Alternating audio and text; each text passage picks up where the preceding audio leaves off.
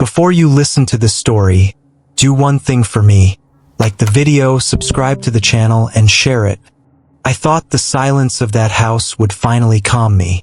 Instead, it taught me how loud fear can be when you're alone. I was in my early 20s, worn down in a way sleep never fixed. Money was tight. My head was louder than any room I'd ever lived in. When I found a cheap rental on the edge of a quiet town, I didn't question it. Old house, small yard, long winters, no neighbors close enough to matter. I told myself solitude would reset me. No roommates, no traffic, no voices but my own. The first night, the cold felt heavier inside than out. The house smelled like dust and old wood. Every sound echoed, but I blamed that on emptiness. I slept with the curtains open, watching snow fall under the streetlight. For the first time in months, my mind slowed. That didn't last. On the third night, I noticed footprints in the snow outside my bedroom window. They were fresh, deep, facing the glass. I stood there longer than I should have, convincing myself they were old. Wind blown, maybe mine from earlier. But I knew where I'd walked. Those prints weren't it. The next night, the lights flickered while I was brushing my teeth. Once, twice, then steady again. Later, just after midnight, I heard movement outside. Slow footsteps crunching snow. Not pacing, circling. I held my breath, listening. They stopped beneath my window. I waited for a knock that never came. Eventually, the cold crept back in, and so did the silence. The following morning, the snow was smooth again. No footprints, like nothing had been there at all. I tried to laugh it off. Old houses, wild imagination. Then I started waking up tired. Not from nightmares, from the feeling that I'd been watched while I slept.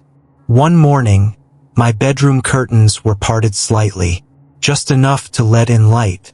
I knew I'd closed them. I always did. I told myself it was nothing. But that night, I pinned the fabric together with a clip. When I woke, the clip was on the floor.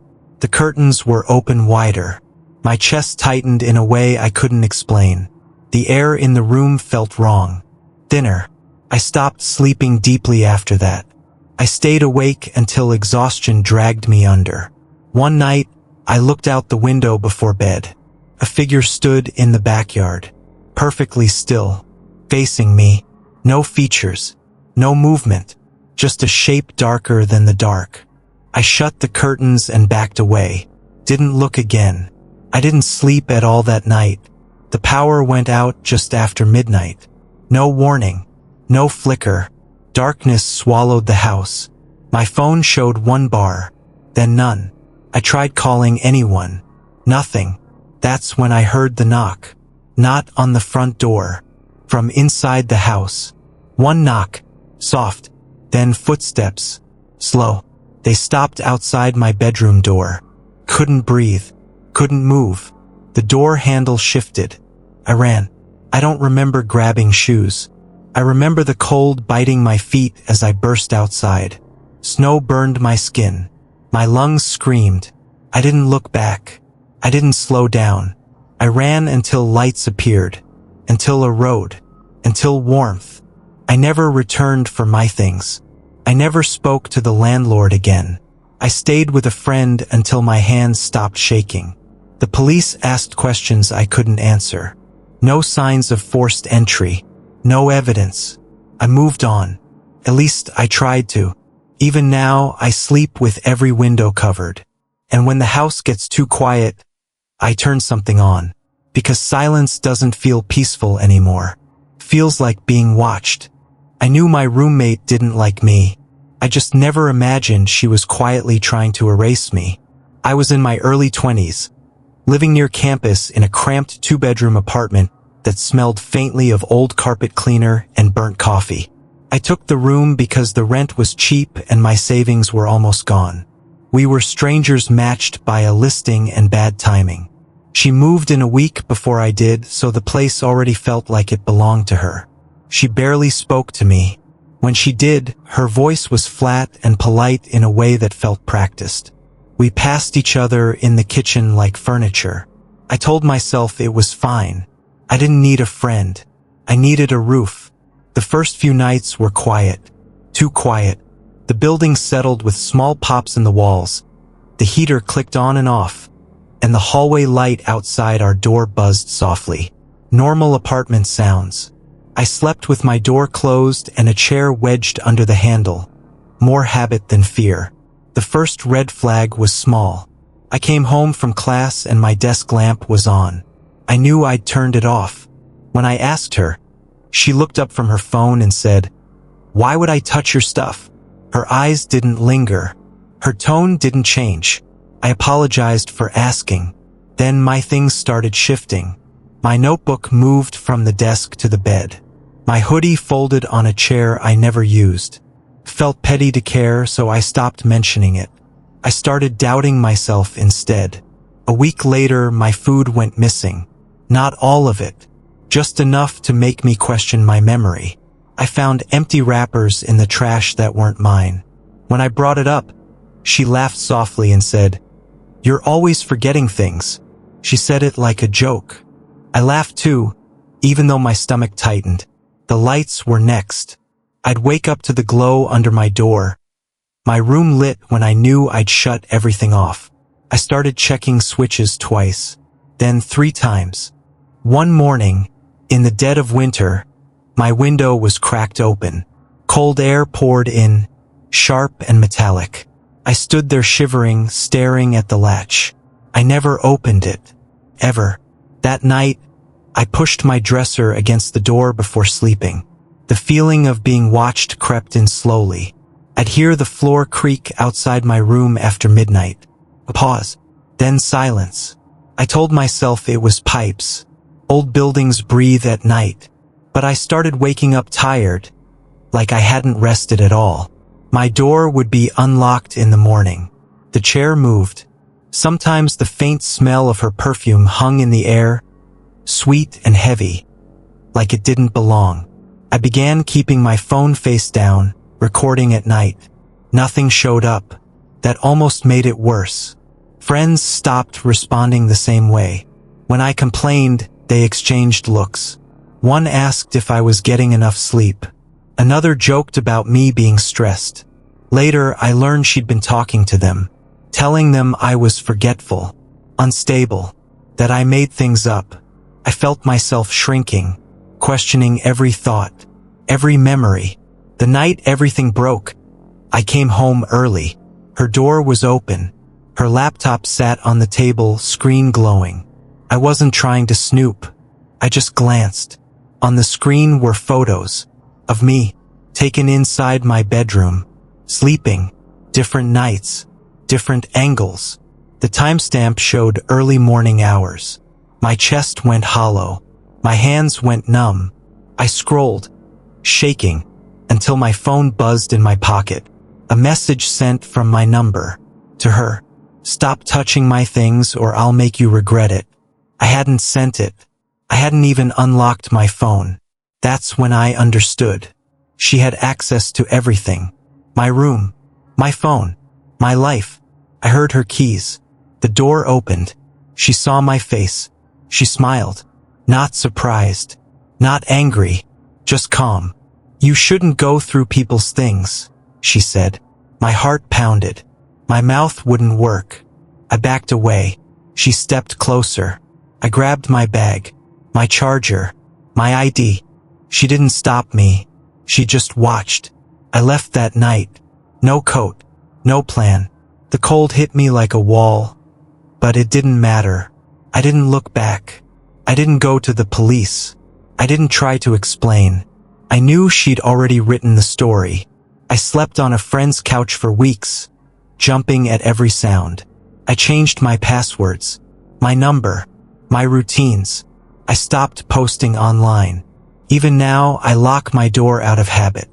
And sometimes, when I wake up in the dark, I wonder how many people believed her before I disappeared. I kept telling myself he was just another stranger on the street. I was wrong. He was never watching the house. He was watching me. I was in my early 20s and living alone for the first time. The house was small, a narrow rental on a quiet residential street that felt almost abandoned in winter. Snow lined the sidewalks in uneven gray piles, and most nights the road was empty by 9.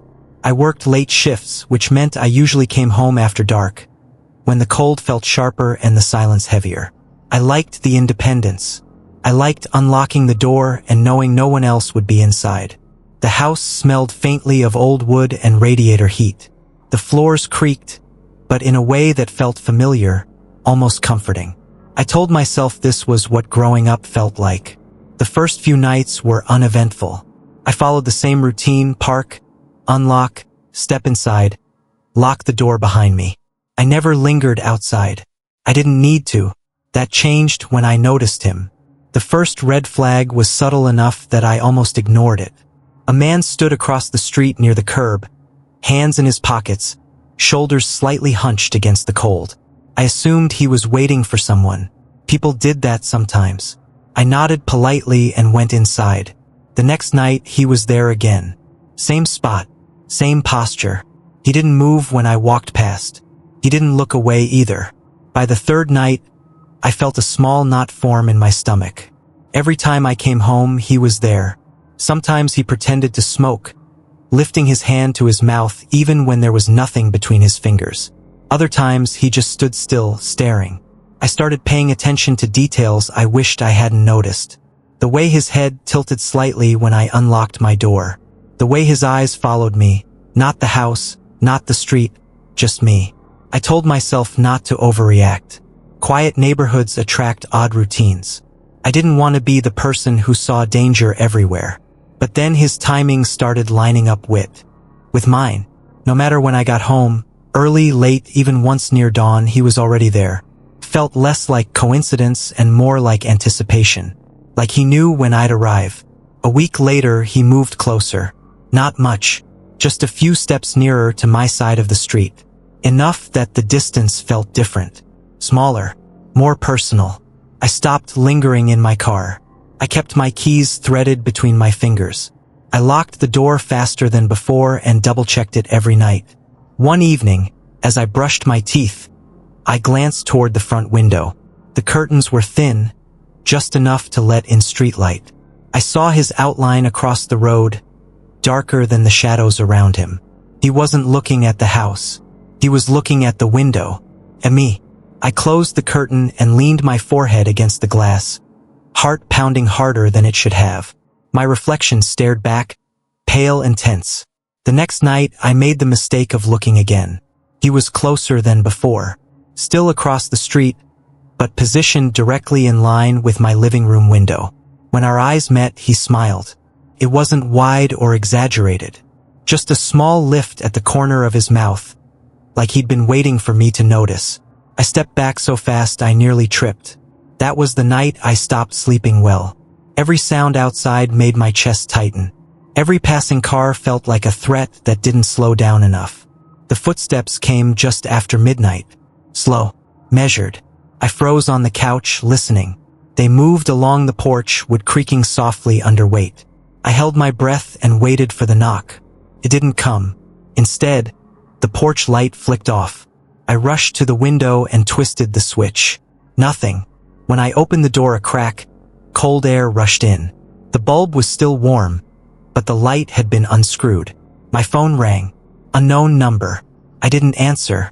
I stood there shaking as it rang again, vibrating in my hand. That's when a shadow passed the front window.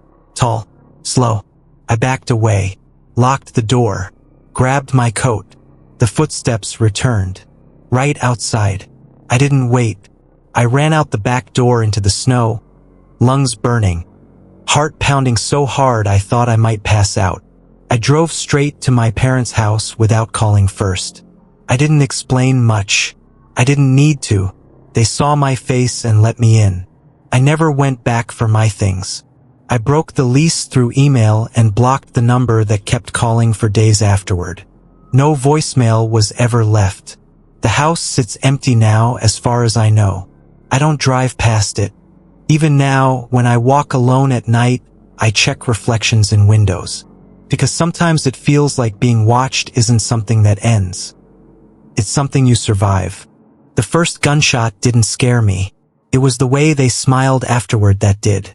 I was a teenager, living with my parents and my younger sibling in a quiet suburban neighborhood where people waved from their driveways and left doors unlocked. It was the kind of place adults called safe without thinking twice. Summers felt endless there. Warm air, cicadas humming, kids outside until the streetlights came on. Most evenings, my sibling and I played in the yard or rode our bikes in slow circles. Our parents liked knowing we were close to home. They trusted the neighborhood. So did we. The house next door belonged to a family that mostly kept to themselves. Their two sons were older than me, late teens maybe, tall and confident in a way that made them seem untouchable. They watched us sometimes, leaning against their fence, but it never felt threatening at first. Just curiosity. At least that's what I told myself. Everything changed one evening when they called out to us and asked if we wanted to hang out by the creek behind the houses. They said they had BB guns. That was how they framed it. Harmless. Something kids messed around with. I hesitated, but my sibling looked excited, and the boys laughed like it was no big deal. Against my better judgment, I agreed. The creek was shaded and quiet, the air damp and smelling of mud and leaves. One of the boys pulled a gun from his backpack. It was heavier than I expected. Black metal, not plastic. My stomach dropped. Before I could say anything, he fired. The sound cracked through the trees, sharp and loud. Birds scattered. My sibling flinched. The boys laughed. Then one of them looked at us, his smile flattening. "Don't tell anyone," he said. Not joking. Not smiling. Something cold settled in my chest. We nodded. We didn't argue. We walked home in silence, the sound of that shot ringing in my ears long after. That was when the fear started following us. At night, flashlights swept across our bedroom walls. Thin beams of light sliding over posters, over our faces, gone before we could react. Sometimes objects appeared on our porch. Empty cans, broken sticks, things that hadn't been there before. Silent reminders that they were watching. I stopped sleeping deeply. Every noise outside felt deliberate. Every laugh from next door sounded like it was meant for us. One afternoon, my sibling came inside pale and quiet. Their hands were shaking. When I asked what was wrong, they opened their palm. A single bullet lay there, cold, heavy. One of the boys had given it to them by the fence. He'd said it had our names on it. I felt sick. I wanted to scream. Instead, I told my sibling to give it to me. I hid it in a drawer and told them not to tell anyone. I don't know why I said that. Fear makes you think staying quiet is safer than speaking up. The harassment grew subtler after that. No more flashlights for a while. Just looks. Lingering stares. A presence that pressed in on us even during the day. Our parents noticed we were quieter, but we said nothing. We were convinced that telling them would make it worse, that the boys would find out, that they'd do something we couldn't take back. I regret that silence more than anything. The night everything broke, it was already dark outside. We were in the living room. The TV was on low. The crash came without warning. Glass exploded inward. A rock bounced across the floor. My sibling screamed. My heart slammed into my ribs. Through the shattered window, I saw movement. A figure across the yard. One of the boys. He stood there holding something long and dark in his hands. A gun. He didn't raise it. He didn't shout. He just stared at us through the broken glass and lifted his free hand, tapping the side of his head slowly, like a reminder. I realized then that walls didn't matter. Locks didn't matter. We weren't safe. Not here. We moved less than a week later. Boxes packed in silence. No explanations given to neighbors. No goodbyes. My parents told people it was for work. For convenience. They never asked us why we looked relieved when we drove away. We never spoke about it again as a family. Not directly. The bullet disappeared. The window was repaired. Life moved on the way it always does. But fear doesn't leave just because you change addresses. Even now, loud noises make my body tense before my mind catches up. And sometimes, late at night, I wonder what would have happened if we'd spoken sooner, or if silence saved us by accident.